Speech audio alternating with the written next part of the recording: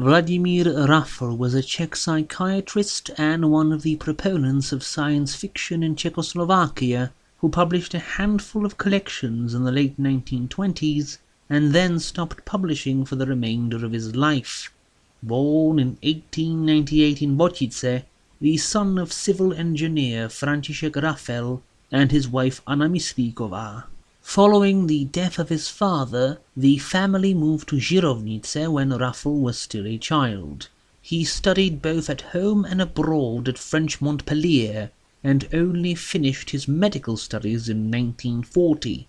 While in France, Raffel would meet his future wife, Marie Smrčková. He initially worked as a doctor in Díšina and Blovice before moving to work at the Prague Psychiatric Clinic in 1949. He remained in Prague until the death of his first wife in 1952. Raffel then moved to Sternberg before being made director of the sanatorium for the mentally ill in Kateřinky. His disagreement with Czechoslovakia's post-1948 communist regime resulted in him refusing the position of personal physician to Czechoslovakia's first communist president, Klement Gottwald.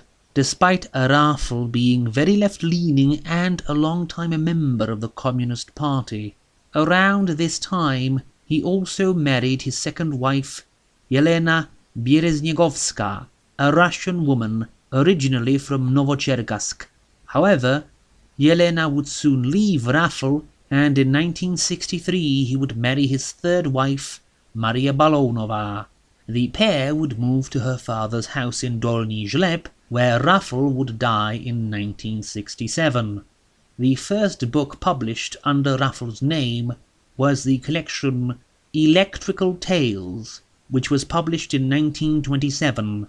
The following year, he published 3 further collections, Bodily Tales, Pathetic Tales, and Dance Tales. 1929 saw the publication of his only novel, Sympathy Salesman, and in 1930 he published his final collection, Tales. He had planned to publish further works, including a second novel and a further short story collection, but he suddenly stopped writing entirely. Ivan Adamovich postulates that the reason could have been his preoccupation with medicine and science, while Eva Robalová brought up the possibility that the considerable amount of negative criticism he received from literates of his day may have been a contributing factor. However, his very first book was his Ideal of Harmonious Personhood in 1923, published under the pseudonym of Karel Nešeda, in which he advocated for a classless socialist society which could be built on eugenic lines. Electrical Tales was written while Raffel was living in France. The first story, An Automobile Love Affair, relates the story of an automobile racer and of his driver, who were both in love with the same woman, who was seduced by another driver and ended up committing suicide once she had been abandoned.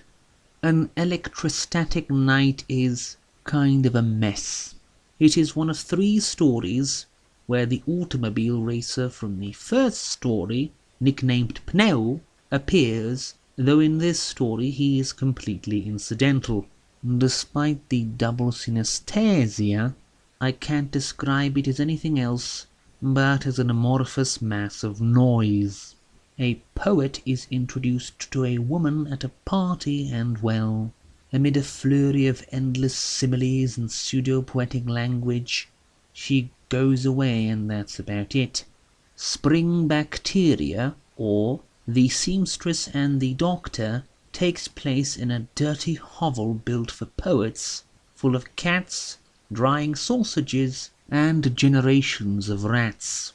The local seamstress, forced to work 10 hours a day sewing hand gloves for her grandmother's shop, where said grandmother handles stolen goods, is pining for the doctor, torturing dogs and rats with acid, who lives in an upper story. She sneaks out to take care of him once he infects himself with his own modified bacteria, and the two can be married after her grandmother dies of shock when the doctor asks for the girl's hand in marriage.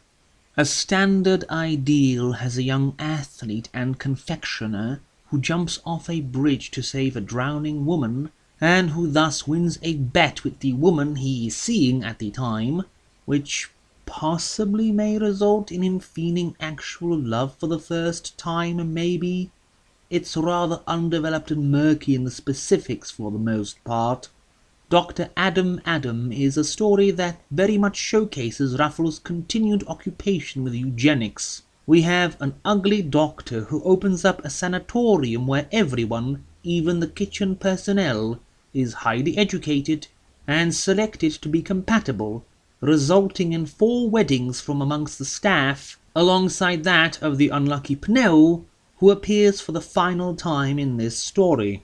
The final 3 stories are also connected, and these are the only ones truly in the fantastic vein, all featuring the electrical wizard, a being in existence since the discovery of fire, transformed into his electrical form with the creation of electricity, and due soon to transform into his radioactive form.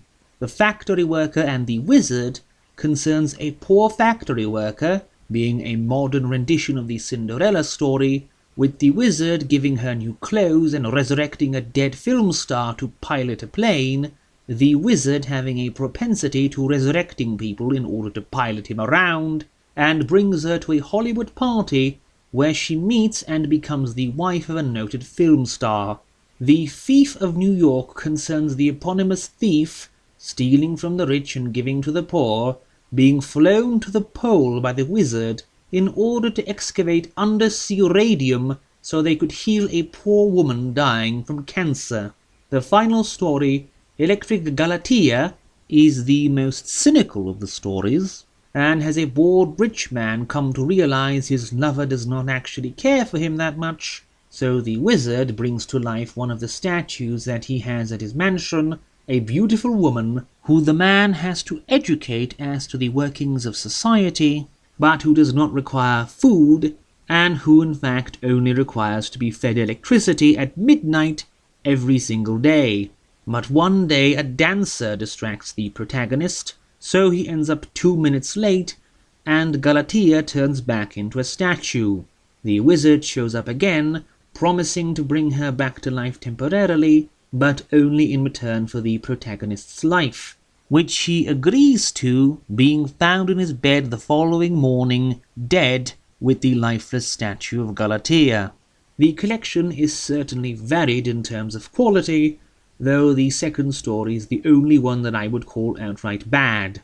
I had quite a hard time finding even this collection, as Raffel's short story collections are rather scarce and command high prices on the used book market.